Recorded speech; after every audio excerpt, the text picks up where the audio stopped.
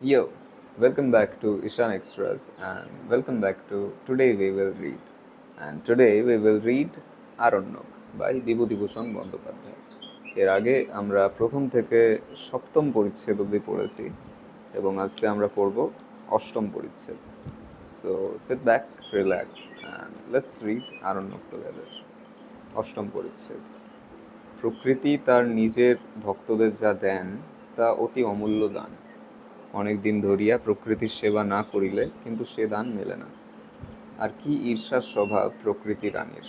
প্রকৃতিকে যখন চাহিব তখন প্রকৃতিকে লইয়াই থাকিতে হইবে। অন্য কোনো দিকে মন দিয়াছি যদি অভিমানিনী কিছুতেই তার অবগুণ্ঠন খুলিবেন না। কিন্তু অনন্য মনা হইয়া প্রকৃতিকে লইয়া ডুবিয়া থাকো। তার সর্ববিধ আনন্দের বর, সৌন্দর্যের বর, অপূর্ব শান্তির বর তোমার উপর অজস্রধারে এত বর্ষিত হইবে, তুমি দেখিয়া পাগল হইয়া উঠিবে। দিন রাত মোহিনী প্রকৃতি রানী তোমাকে শতরূপে মুক্ত করিবেন, নতুন দৃষ্টি জাগ্রত করিয়া তুলিবেন, মনের আয়ু বাড়াইয়া দিবেন, অমর লোকের আভাসে অমরত্বের প্রান্তে উপনীত করাইবেন। কয়েকবারের কথা বলি, সে অমূল্য অনুভূতিরাজির কথা বলিতে গেলে লিখিয়া পাতার পর পাতা ফুরাইয়া যায়, কিন্তু তবু বলা শেষ হয় না। যা বলিতে চাহিতেছি তাহার অনেকখানি বাকি থাকিয়া যায়। এসব শুনিবার লোকও সংখ্যায় অত্যন্ত কম। কজন মনে প্রাণে প্রকৃতিকে ভালোবাসে। অরণ্য প্রান্তরে লবটুলিয়ার মাঠে মাঠে দুধলি ঘাসের ফুল ফুটাইয়া জানাইয়া দেয় যে বসন্ত পড়িয়াছে। সে ফুলও বড় সুন্দর, দেখিতে নক্ষত্রের মতো আকৃতি, রং হলদে, লম্বা লম্বা সরু লতার মতো ঘাসের ডাঁটাটা অনেকখানি জমি জুড়িয়া মাটি আঁকড়াইয়া থাকে। নক্ষত্রাকৃতি হলদে ফুল ধরে তার গাঁটে গাঁটে। ভোরে মাঠ, পথের ধার সর্বত্র আলো করিয়া ফুটিয়া থাকিত, কিন্তু সূর্যের তেজ বাড়িবার সঙ্গে সঙ্গে সব ফুল কুঁকড়াইয়া পুনরায় কুঁড়ির আকার ধারণ করিত। পরদিন সকালে আবার সেই কুঁড়িগুলি দেখিতাম ফুটিয়া আছে। রক্তপলাশের বাহার আছে মোহনপুরা রিজার্ভ ফরেস্ট ও আমাদের সীমানার বাহিরের জঙ্গলে কিংবা মহালিকারূপের শৈলশানু প্রদেশে। আমাদের মহাল হইতে সেসব স্থান অনেক দূরে, ঘোড়ায় ৩-৪ ঘণ্টা লাগে। সেসব জায়গায় চৈত্রে শাল মঞ্জরির সুবাসে বাতাস মাতাইয়া রাখে, শিমুল বনে দিগন্তরেখা বাড়াইয়া দেয়, কিন্তু কোকিল, দোয়েল, বউকথা কও প্রভৃতি গায়ক পাখিরা ডাকে না। এসব জনহীন অরণ্য প্রান্তরের যে ছন্নছাড়া রূপ, বোধ হয় তাহারা তাহা পছন্দ করে না। এক এক দিনে বাংলাদেশে ফিরিবার জন্য মন হাঁপাইয়া উঠিত। বাংলাদেশের পল্লীর সে সুমধুর বসন্ত কল্পনায় দেখিতাম। মনে পড়িত বাঁধানো পুকুর ঘাটে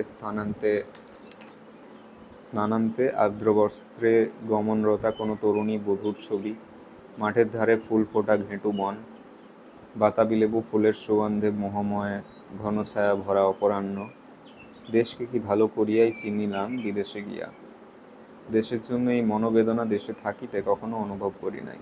জীবনে একটা বড় অনুভূতি, যে ইহার আস্বাদ না পাইল সে হতভাগ্য একটা শ্রেষ্ঠ অনুভূতির সহিত অপরিচিত রহিয়া গেল।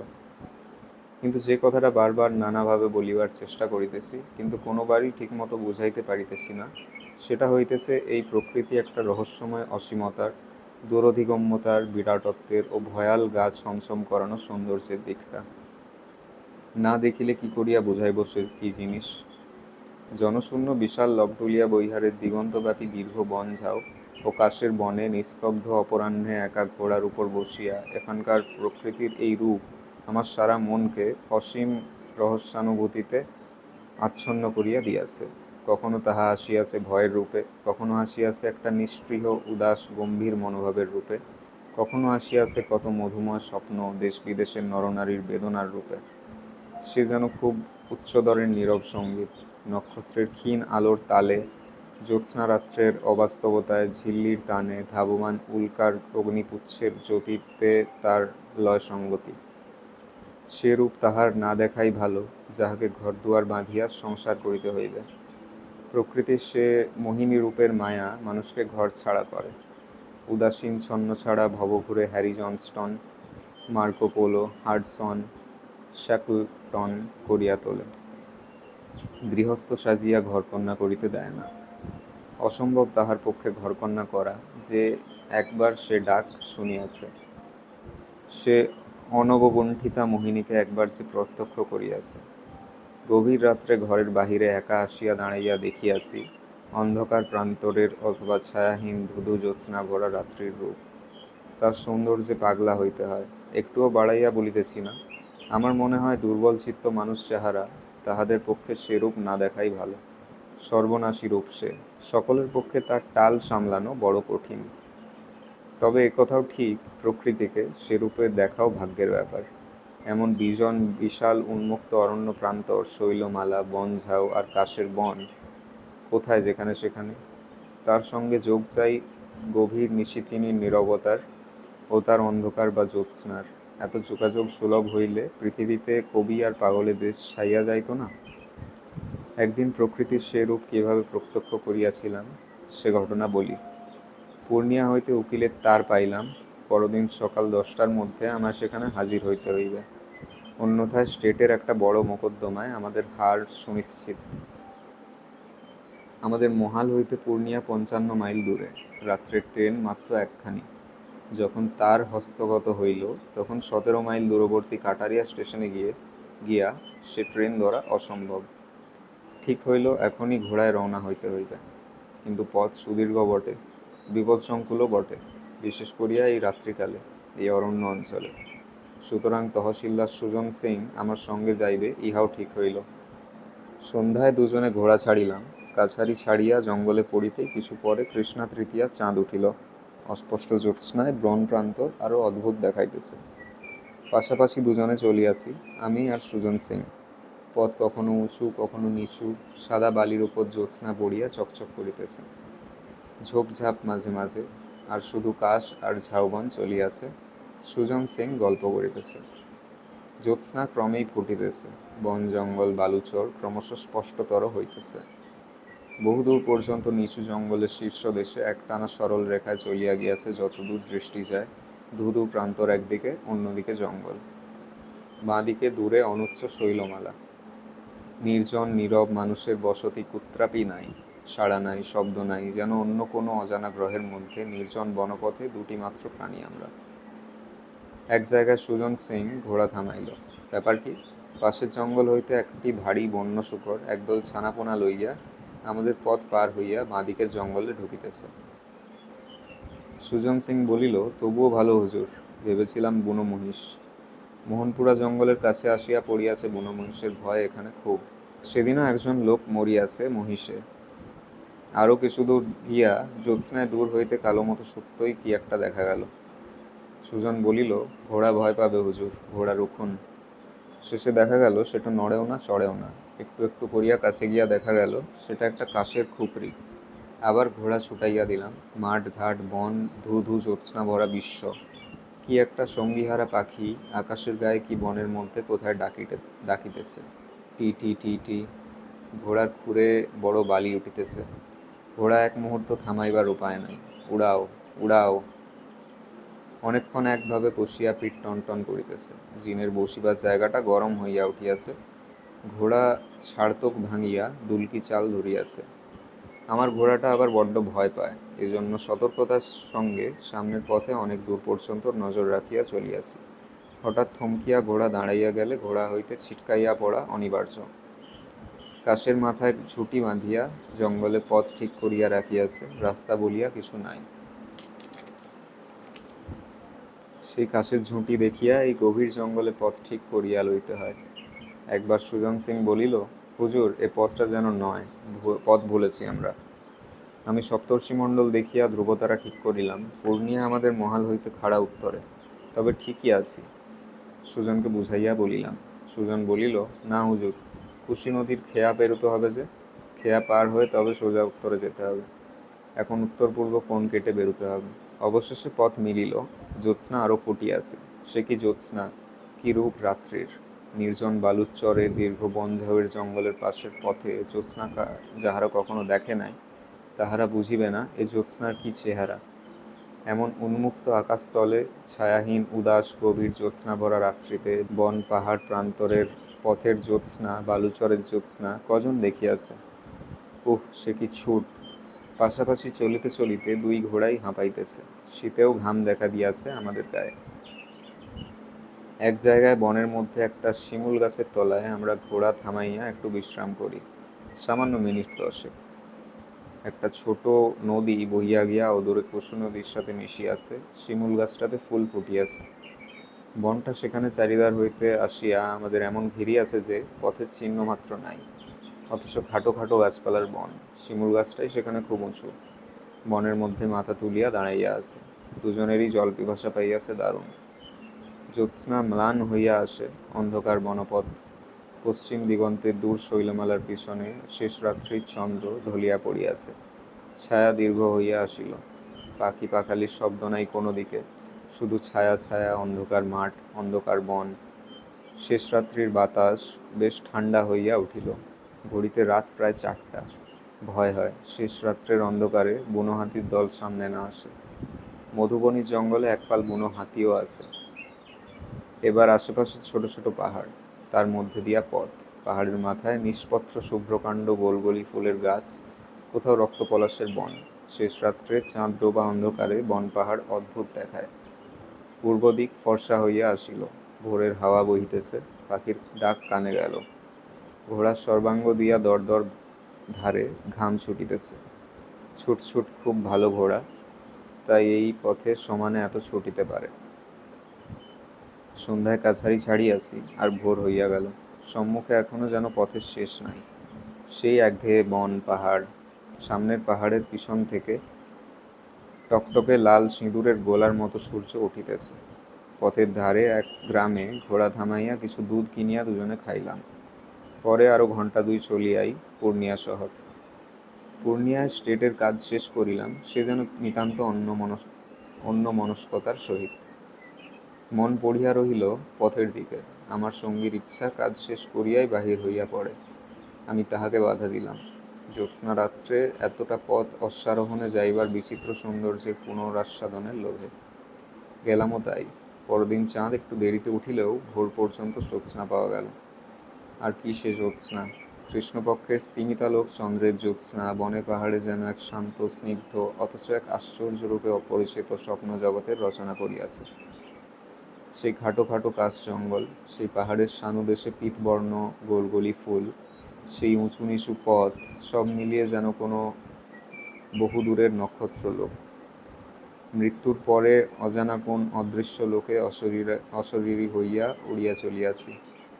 ভগবান বুদ্ধের সেই নির্বাণ লোকে, যেখানে চন্দ্রের উদয় হয় না, অথচ অন্ধকারও নাই।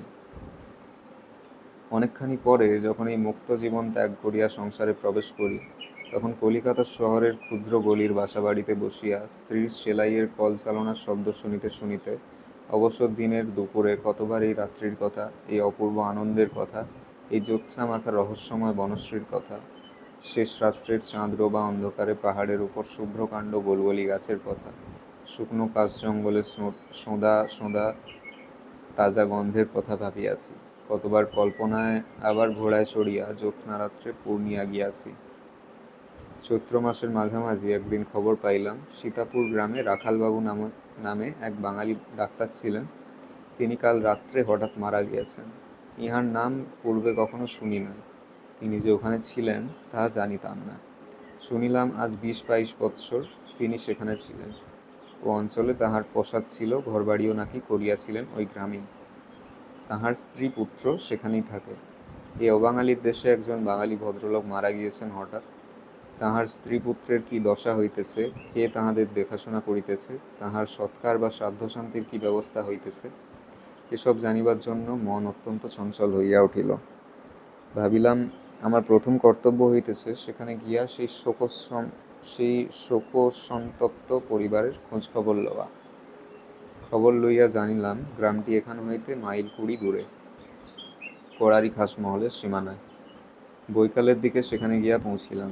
লোকজনকে জিজ্ঞাসা করিয়া রাখালবাবুর বাড়ি খুঁজিয়া বাহির করিলাম। দুখানা বড় বড় খোলার ঘর, খান তিনেক ছোট ছোট ঘর। বাহিরে এদেশের ধরনে একখানা বসিবার ঘর, তার 3 দিকে দেওয়াল নাই। বাঙালি বাড়ি বলিয়া চিনিবার কোনো উপায় নাই। বসিবার ঘরে দড়ির 4 পাই হইতে উঠানের হনুমান ধ্বজাটি পর্যন্ত সব এদেশি। আমার ডাকে একটি 12-13 বছরের ছেলে বাহির হইয়া আসিল। আমায় ঠেট হিন্দিতে জিজ্ঞাসা করিল, কাকে খুঁজছেন। তাহার চেহারা দেখিয়া মনে হয় না যে সে বাঙালির ছেলে। মাথায় লম্বা টিকি, গলায় অবশ্য বর্তমানে কাঁচা, সবই বুঝিলাম, কিন্তু মুখের ভাব পর্যন্ত হিন্দুস্থানি বালকের মতো কি করিয়া হয়। আমার পরিচয় দিয়া বলিলাম, তোমাদের বাড়িতে এখন বড় লোক কে আছেন, তাকে ডাকো। ছেলেটি বলিল, সেই বড় ছেলে, তার আর 2টি ছোট ছোট ভাই আছে, বাড়িতে আর কোনো অভিভাবক নাই। বলিলাম, তোমার মায়ের সঙ্গে আমি একবার কথা কইতে চাই, জিজ্ঞেস করে এসো। খানিকটা পরে ছেলেটি আসিয়া আমার বাড়ির মধ্যে লইয়া গেল। রাখালবাবুর স্ত্রীকে দেখিয়া মনে হইল বয়স অল্প, 30-এর মধ্যে, সদ্য বিধবার বেশ, কাঁদিয়া কাঁদিয়া চক্ষু খুলিয়াছে। ঘরের আসবাবপত্র নিতান্ত দরিদ্রের গৃহস্থালীর মতো। একদিকে একটা ছোট গোলা, ঘরের দাওয়ায় খান 2-4 পাই, ছেঁড়া লেপ কাঁথা, এদেশি পিতলের ঘয়লা, একটা গুড়গুড়ি, পুরনো টিনের তোরঙ্গ। বলিলাম, আমি বাঙালি, আপনার প্রতিবেশী।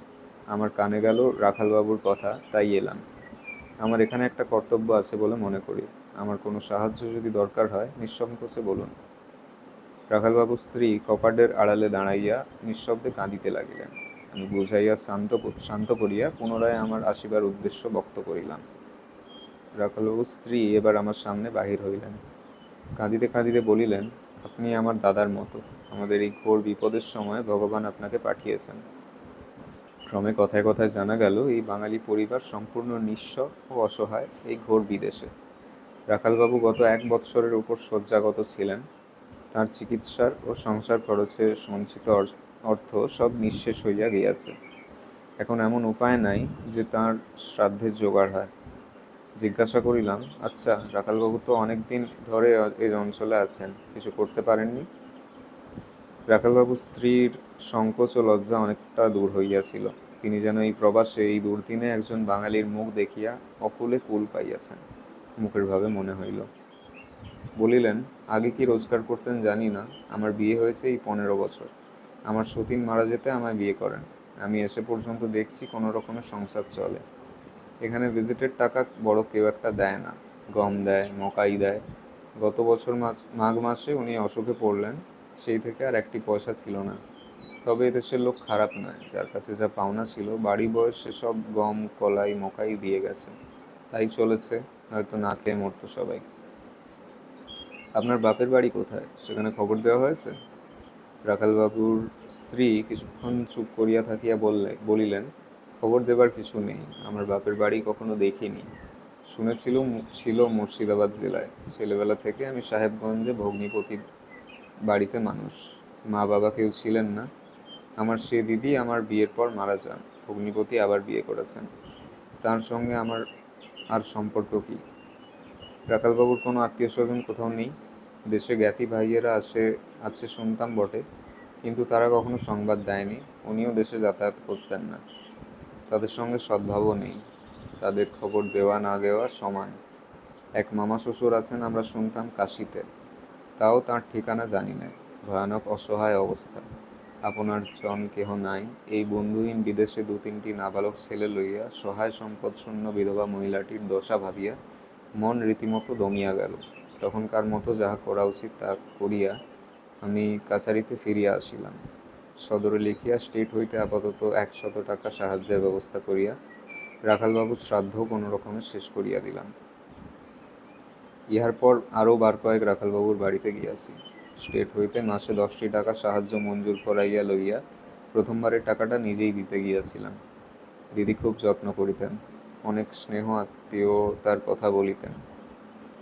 সেই বিদেশে তার স্নেহ যত্ন আমার বড় ভালো লাগিত। তারই লোভে অবসর পাইলেই সেখানে যাইতাম। লবডুলিয়ার উত্তর প্রান্ত খুব বড় একটা হ্রদের মতো। এরকম জলাশয়কে এদেশে বলে কুণ্ডি। এই হ্রদটার নাম সরস্বতী কুণ্ডি। সরস্বতী কুণ্ডির পাড়ে 3 দিকে নিবিড় বন।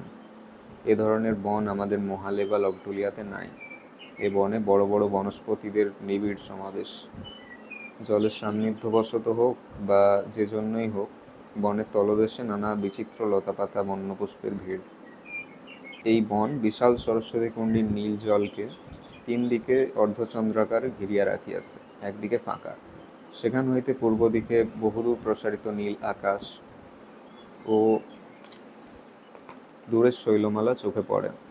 সুতরাং পূর্ব পশ্চিম কোণের তীরের কোনো এক জায়গায় বসিয়া দক্ষিণ ও বাম দিকে চাহিয়া দেখিলে সরস্বতী কুণ্ডীর সৌন্দর্যের অপূর্বতা ঠিক বোঝা যায়। বামে চাহিলে গভীর হইতে গভীরতর বনের মধ্যে দৃষ্টি চলিয়া গিয়া ঘন নিবিড় শ্যামলতার মধ্যে নিজেকে হারাইয়া ফেলি। দক্ষিণে চাহিলে স্বচ্ছ নীল জলের ওপারে সুদূর বিসর্পী আকাশ ও অস্পষ্ট শৈলমালার ছবি মনকে বেলুনের মতো ফুলাইয়া পৃথিবীর মাটি হইতে উড়াইয়া লইয়া চলে। এখানে একখানা শিলাখণ্ডের উপরে কতদিন গিয়া একা বসিয়া থাকিতাম। কখনো বনের মধ্যে দুপুরবেলা আপন মনে বেড়াইতাম। কত বড় বড় গাছের ছায়ায় বসিয়া পাখির কূজন শুনিতাম। মাঝে মাঝে গাছপালা বন্যলতার ফুল সংগ্রহ করিতাম। এখানে যত রকমের পাখির ডাক শোনা যায়, আমাদের মহালে অত পাখি নাই। নানা রকমের বন্য ফল খাইতে পায় বলিয়া এবং সম্ভবত উচ্চ বনস্পতি শিরে বাসা বাঁধিবার সুযোগ ঘটে বলিয়া সরস্বতী কুণ্ডীর তীরের বনে পাখির সংখ্যা অত্যন্ত বেশি। বনে ফুলও অনেক রকমের ফোটে। হ্রদের তীরের নিবিড় বন প্রায় 3 মাইলের উপর লম্বা, গভীরতায় প্রায় 1.5 মাইল। জলের ধার দিয়া বনের মধ্যে গাছপালার ছায়ায় ছায়ায় একটা সুঁড়ি পথ বনের শুরু হইতে শেষ পর্যন্ত আসিয়াছে। এই পথ ধরিয়া বেড়াইতাম। গাছপালার ফাঁকে ফাঁকে মাঝে মাঝে সরস্বতীর নীল জল, তার উপর উপুড় হইয়া পড়া দূরের আকাশটা এবং দিগন্তলীন শৈলশ্রেণী চোখে পড়িত। ঝিরঝির করিয়া স্নিগ্ধ হাওয়া বহিত, পাখি গান গাহিত, বন্য ফুলের সুগন্ধ পাওয়া যাইত। একদিন একটা গাছের ডালে উঠিয়া বসিলাম। সে আনন্দের তুলনা হয় না। আমার মাথার উপর বিশাল বনস্পতি দলের ঘন সবুজ পাতার রাশি, তার ফাঁকে ফাঁকে নীল আকাশের টুকরো, প্রকাণ্ড একটা লতায় থোকা থোকা ফুল দুলিতেছে। পায়ের দিকে অনেক নিচে ভিজা মাটিতে বড় বড় ব্যাঙের ছাতা গজাইয়াছে। এখানে আসিয়া বসিয়া শুধু ভাবিতে ইচ্ছা হয়। কত ধরনের কত নব অনুভূতি মনে আসিয়া জোটে।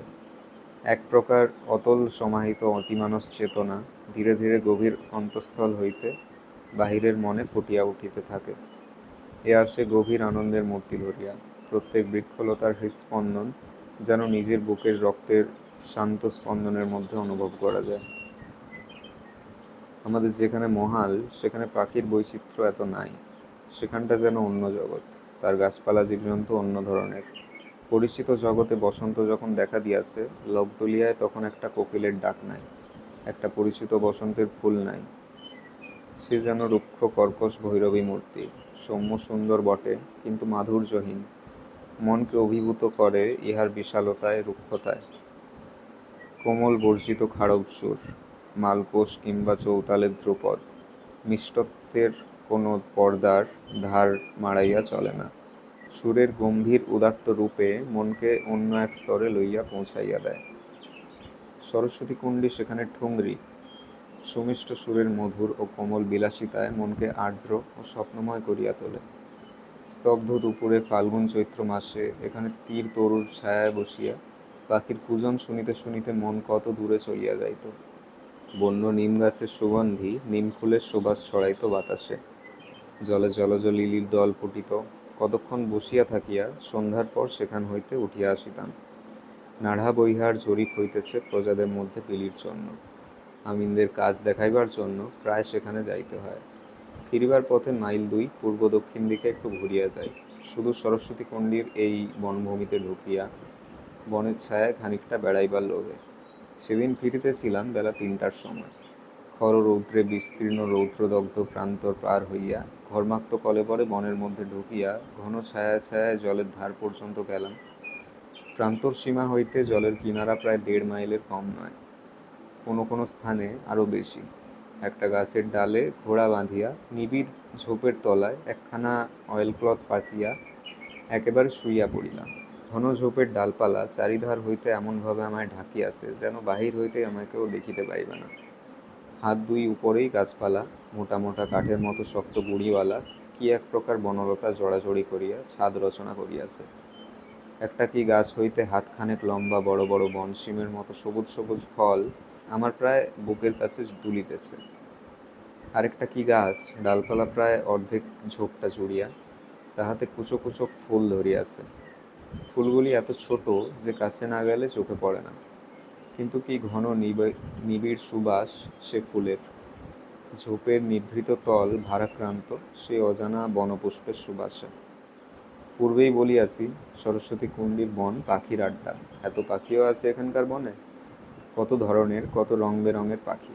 শ্যামা, শালিক, হর্টিড, বনটিয়া, ফেজান ক্রো, চড়াই, ছাতারে, ঘুঘু, হরিয়াল, উঁচু গাছের মাথায় বাজবৌরি, চিল, উল্ল, সরস্বতীর নীল জলে বক, শিল্লি, রাঙা হাঁস, মানিক পাখি, ডাক প্রভৃতি জলচর পাখি। পাখির কাকলিতে মুখর হইয়া উঠিয়াছে ঝোপের উপরটা। কি বিরক্তই করে তারা। তাদের উল্লাস ভরা অবাক পূজনে কান পাতা দেয়। অনেক সময় মানুষকে গ্রাহ্যই করে না। আমি শুইয়া আছি, দেখিতেছি আমার চারিপাশে হাত দেড় দুই দূরে তারা ঝুলন্ত ডালপালায় বসিয়া কিচকিচ করিতেছে। আমার প্রতি ভ্রুক্ষেপও নাই। পাখিদের এই অসংকোচ সঞ্চরণ আমার বড় ভালো লাগিত। উঠিয়া বসিয়াও দেখিয়াছি তাহারা ভয় পায় নাই। একটু উড়িয়া গেল, কিন্তু একেবারে দেশছাড়া হইয়া পালায় না। খানিক পরে নাচিতে নাচিতে, বকিতে বকিতে আবার অত্যন্ত কাছে আসিয়া পড়ে। এখানেই একদিন প্রথম বন্য হরিণ দেখিলাম। জানিতাম বন্য হরিণ আমাদের মহালের জঙ্গলে আছে, কিন্তু এর আগে কখনো চোখে পড়ে নাই। শুইয়া আছি, হঠাৎ কেশের পায়ের শব্দে উঠিয়া বসিয়া মাথার শিয়রের দিকে চাহিয়া দেখি ঝোপের নিভৃততর দুর্গমতর অঞ্চলে নিবিড় লতাপাতার জড়াজড়ির মধ্যে আসিয়া দাঁড়াইয়াছে একটা হরিণ। ভালো করিয়া চাহিয়া দেখি, বড় হরিণ নয়, হরিণ শাবক। সে আমায় দেখিতে পাইয়া অবোধ বিস্ময়ে বড় বড় চোখে আমার দিকে চাহিয়া আছে। ভাবিতেছে, এ আবার কোন অদ্ভুত জীব। খানিকক্ষণ কাটিয়া গেল, দুজনেই নির্বাক নিস্পন্দ। আধ মিনিট পরে হরিণ শিশুটা যেন ভালো করিয়া দেখিবার জন্য আবার একটু আগাইয়া আসিল। তার চোখে ঠিক যেন মনুষ্য শিশুর মতো সাগ্রহ কৌতূহলের দৃষ্টি।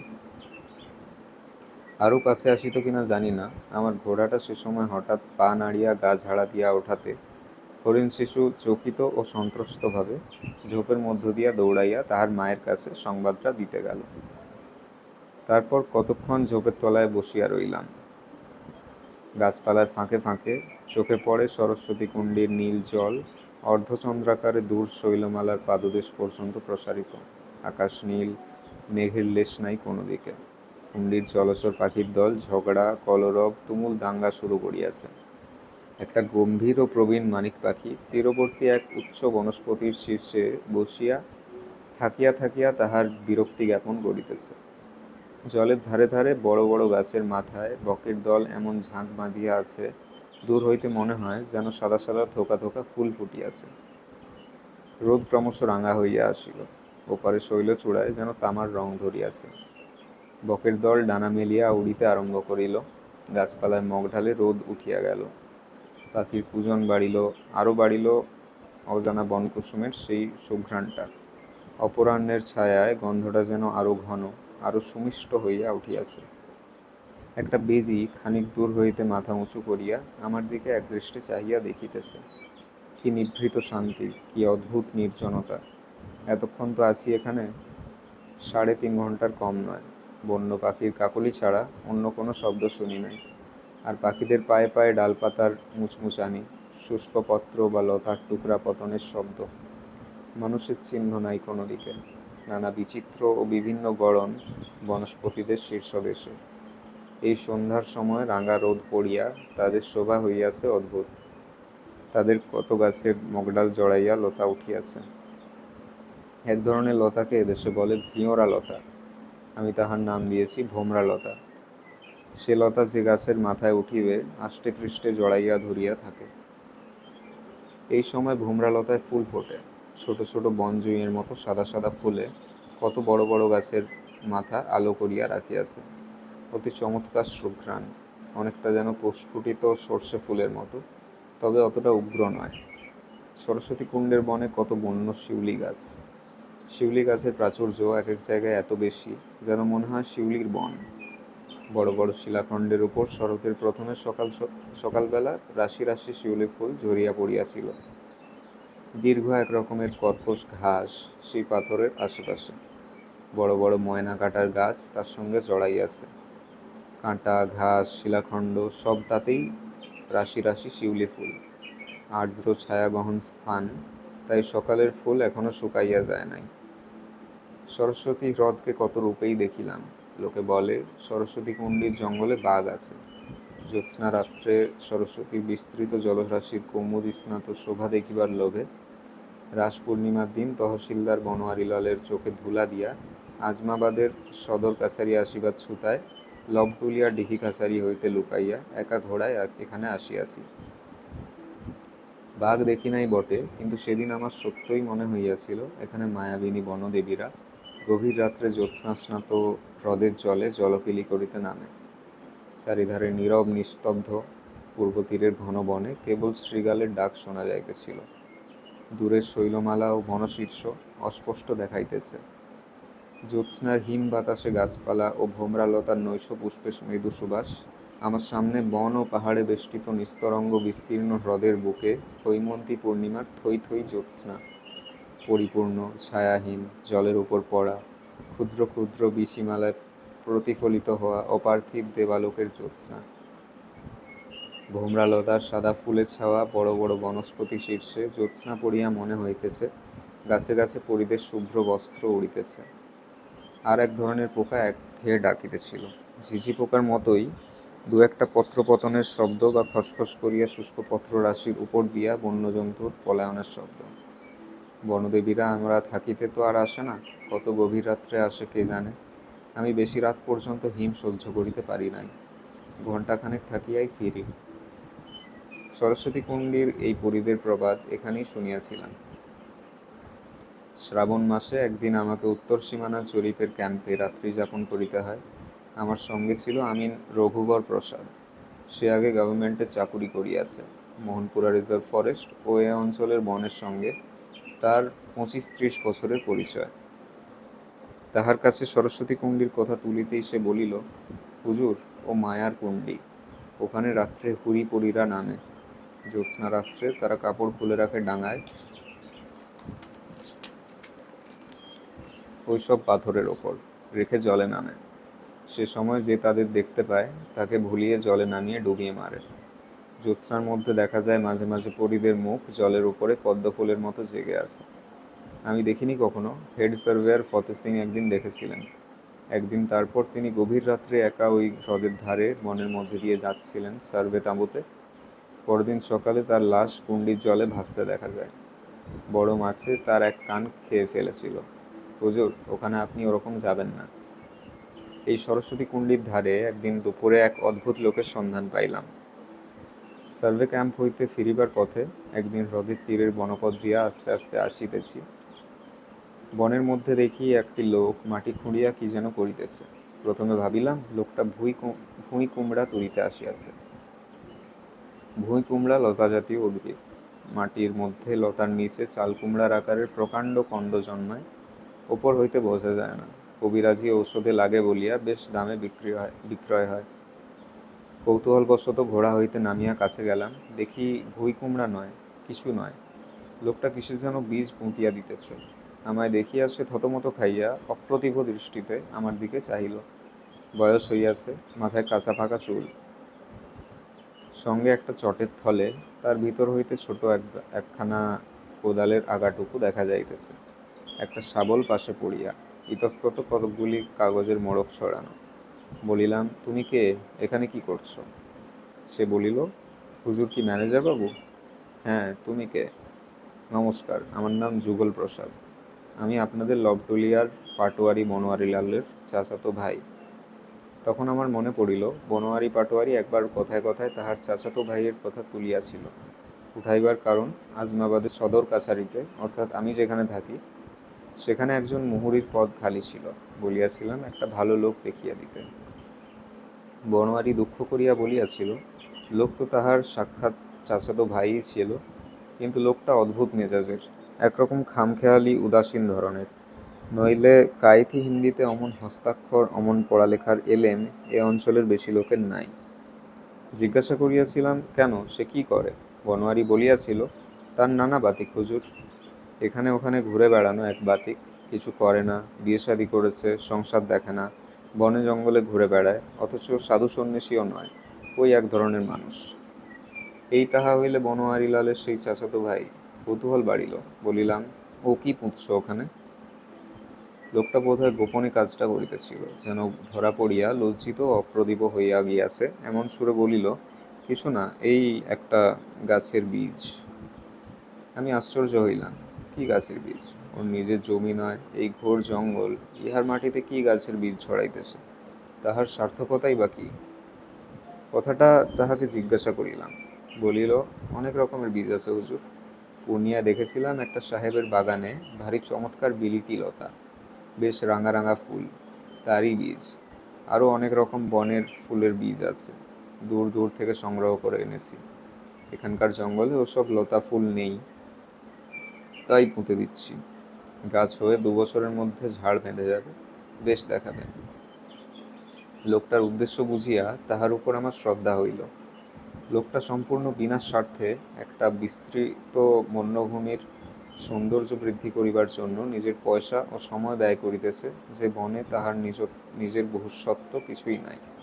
কি অদ্ভুত লোকটা! যুগলপ্রসাদকে ডাকিয়া এক গাছের তলায় দুজনে বসিলাম। সে বলিল, আমি এর আগেও এ কাজ করেছি হুজুর। লবটুলিয়াতে যত বনের ফুল দেখেন, ফুলের লতা দেখেন, ও সব আমি আজ 10-12 বছর আগে কতক পূর্ণিয়ার বন থেকে, কতক দক্ষিণ ভাগলপুরের লক্ষ্মীপুর স্টেটের পাহাড়ি জঙ্গল থেকে এনে লাগিয়েছিলাম। এখন একেবারে ওসব ফুলের জঙ্গল বেঁধে গিয়েছে।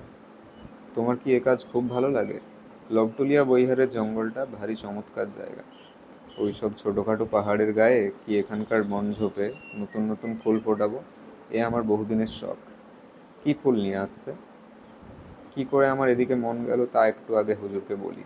আমার বাড়ি ধরমপুর অঞ্চলে। আমাদের দেশে বুনো ভান্ডির ফুল একেবারে ছিল না। আমি মহিষ চড়িয়ে বেড়াতাম ছেলেবেলায় কুশি নদীর ধারে ধারে। আমার গাঁ থেকে 10-15 ক্রোশ দূরে। সেখান থেকে বীজ নিয়ে গিয়ে দেশে লাগাই। এখন আমাদের অঞ্চলে পথের ধারে বনঝক্কি লোকের বাড়ির পেছনে পোড়ো জমিতে ভান্ডির ফুলের একেবারে জঙ্গল। সেই থেকে আমার এইদিকে মাথা গেল, যেখানে যে ফুল নেই সেখানে সেই ফুলের গাছ লতা নিয়ে পুঁতব। এই আমার শখ। সারা জীবন ওই করে ঘুরেছি। এখন আমি ও কাজে ঘুণ হয়ে গেছি। যুগলপ্রসাদ দেখিলাম এদেশের বহু বনের ফুল ও সুদৃশ্য বৃক্ষলতার খবর রাখে। এই বিষয়ে সে যে একজন বিশেষজ্ঞ, তাহাতে আমার কোনো সন্দেহ রইল না। বলিলাম, তুমি এরিস্টোলোকিয়া লতা চেনো? তাহাকে ফুলের গড়ন বলিতেই সে বলিল, হংসলতা। হাঁসের মতো চেহারার ফুল হয়তো। ও তো এদেশের গাছ নয়, পাটনায় দেখেছি বাবুদের বাগানে। তাহার জ্ঞান দেখিয়া আশ্চর্য হইতে হয়। নিছক সৌন্দর্যের এমন পূজারী বা কটা দেখিয়াছি। বনে বনে ভালো ফুল ও লতার বীজ ছড়াইয়া তাহার কোনো স্বার্থ নাই, 1 পয়সা আয় নাই। নিজে সে নিতান্তই গরিব, অথচ শুধু বনের সৌন্দর্য সম্পদ বাড়াইবার চেষ্টায় তাহার এ অক্লান্ত পরিশ্রম ও উদ্বেগ। আমায় বলিল, সরস্বতী কুণ্ডীর মতো চমৎকার বন এ অঞ্চলে কোথাও নেই বাবুজি। কত গাছপালা যে আছে, আর কি দেখেছেন জলের শোভা। আচ্ছা, আপনি কি বিবেচনা করেন, এতে পদ্ম হবে পুঁতে দিলে? ধরমপুরের পাড়াগাঁ অঞ্চলে পদ্ম আছে অনেক পুকুরে। ভাবছিলাম গেঁড় এনে পুঁতে দেব। আমি তাহাকে সাহায্য করিতে মনে মনে সংকল্প করিলাম। দুজনে মিলিয়া এ বনকে নানা নতুন বনের ফুলে লতায় গাছে সাজাইব। সেদিন হইতে ইহা আমাকে যেন একটা নেশার মতো পাইয়া বসিল। যুগলপ্রসাদ খাইতে পায় না, সংসারে বড় কষ্ট, ইহা আমি জানিতাম। সদরে লিখিয়া তাহাকে 10 টাকা বেতনে একটা মুহুরীর চাকুরি দিলাম আজমাবাদ কাছারিতে। সেই বছরে আমি কলকাতা হইতে শাটনের বিদেশি বন্য পুষ্পের বীজ আনিয়া ও ডুয়ার্সের পাহাড় হইতে বন্য জুঁইয়ের লতার কাটিং আনিয়া যথেষ্ট পরিমাণে রোপণ করিলাম সরস্বতী হ্রদের বনভূমিতে। কি আহ্লাদ ও উৎসাহ যুগলপ্রসাদের! আমি তাহাকে শিখাইয়া দিলাম। এ উৎসাহ আনন্দ যেন সে কাছারির লোকের কাছে প্রকাশ না করে। তাহাকে তো লোকে পাগল ভাবিবেই, সেই সঙ্গে আমাকেও বাদ দিবে না। পরবৎসর বর্ষার জলে আমাদের রোপিত গাছ ও লতার ঝাড় অদ্ভুতভাবে বাড়িয়া উঠিতে লাগিল। হ্রদের তীরের জমি অত্যন্ত উর্বর। গাছপালাগুলিও যাহা পুঁতিয়াছিলাম এদেশের আবহাওয়ার উপযোগী। কেবল শাটনের বীজের প্যাকেট লইয়া গোলমাল পাতিয়াছিল। প্রত্যেক প্যাকেটের উপর তাহারা ফুলের নাম ও কোনো কোনো স্থলে 1 লাইনে ফুলের সংক্ষিপ্ত বর্ণনাও দিয়াছিল। ভালো রং ও চেহারা বাছিয়া বাছিয়া যে বীজগুলি লাগাইলাম, তাহার মধ্যে হোয়াইট বিন ও রেড ক্যাম্পিয়ন এবং স্টিচওয়ার্ট অসাধারণ উন্নতি দেখাইল। ফক্সগ্লাভ ও উড অ্যানিমন মন্দ হইল না, কিন্তু অনেক চেষ্টা করিয়াও ডগ রোজ বা হানিসাকলের চারা বাঁচাইতে পারা গেল না। হলদে ধুতুরা জাতীয় এক প্রকার গাছ হ্রদের ধারে ধারে পুঁতিয়াছিলাম। খুব শীঘ্রই তাহার ফুল ফুটিল। যুগলপ্রসাদ পূর্ণিয়ার জঙ্গল হইতে বন্য বয়ডালতার বীজ আনিয়াছিল। চারা বাহির হইবার 7 মাসের মধ্যেই দেখি কাছাকাছি অনেক ঝোপের মাথা বয়ডালতায় ছাইয়া যাইতেছে। বয়ডালতার ফুল যেমন সুদৃশ্য তেমনি মৃদু সুবাস। হেমন্তের প্রথমে একদিন দেখিলাম বয়ডালতায় অজস্র কুঁড়ি ধরিয়াছে। যুগলপ্রসাদকে খবরটা দিতেই সে কলম ফেলিয়া আজমাবাদ কাছারি হইতে 7 মাইল দূরবর্তী সরস্বতী হ্রদের তীরে প্রায় দৌড়িতে দৌড়িতেই আসিল। আমায় বলিল, লোকে বলেছিল হুজুর, বয়ডালতা জন্মাবে, বাড়বেও বটে, কিন্তু ওর ফুল ধরবে না। সব লতায় নাকি ফুল ধরে না, দেখুন কেমন কুঁড়ি এসেছে। হ্রদের জলে ওয়াটারক্রোফ বলিয়া এক প্রকার জলজ ফুলের গেঁড় পুঁতিয়াছিলাম। সে গাছ হু হু করিয়া এত বাড়িতে লাগিল যে যুগলপ্রসাদের ভয় হইল জলে পদ্মের স্থান বুঝি ইহারা বেদখল করিয়া ফেলে। বোগেনভিলিয়া লতা লাগাইবার ইচ্ছা ছিল, কিন্তু শহরের শৌখিন পার্ক বা উদ্যানের সঙ্গে এতই ওর সম্পর্কটা জড়ানো যে আমার ভয় হইল সরস্বতী কুণ্ডের বনে ফুলে ভরা বোগেনভিলিয়ার ঝোপ ইহার বন্য আকৃতি নষ্ট করিয়া ফেলিবে। যুগলপ্রসাদেরও এসব বিষয়ে মত আমার ধরনের, সেও বারণ করিল। অর্থব্যয়ও কম করি নাই। একদিন গণরিতে বাড়ির মুখে শুনিলাম কারু নদীর ওপারে জয়ন্তী পাহাড়ের জঙ্গলে এক প্রকার অদ্ভুত ধরনের বন্য পুষ্প হয়। ওদেশে তার নাম দুধিয়া ফুল। হলুদ গাছের মতো পাতা, অত বড়ই গাছ, খুব লম্বা একটা ডাঁটা ঠেলিয়া উঁচু দিকে 3-4 হাত ওঠে। একটা গাছে 4-5টা ডাঁটা হয়, প্রত্যেক ডাঁটায় 4টি করিয়া হলদে রঙের ফুল ধরে।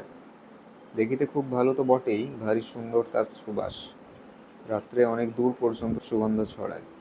সে ফুলের একটা গাছ যেখানে একবার জন্মায়, দেখিতে দেখিতে এত হু হু করিয়া বংশবৃদ্ধি হয় যে 2-3 বছরে রীতিমতো জঙ্গল বাঁধিয়া যায়।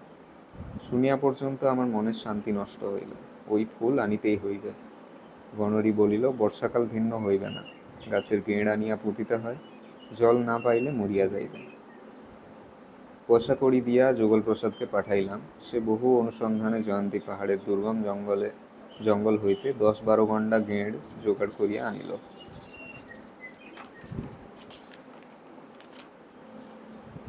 তো এই ছিল অষ্টম পরিচ্ছেদ। পড়তে পড়তে আমার এই সাইডে লাইট বন্ধ হয়ে গেল একটা, বাট এই ছিল অষ্টম পরিচ্ছেদ। এরপর আছে নবম পরিচ্ছেদ, যেটা আমরা নেক্সট এপিসোডে পড়বো। অ্যান্ড আজকের জন্য এটুকুই। See you guys in the next one. Bye by.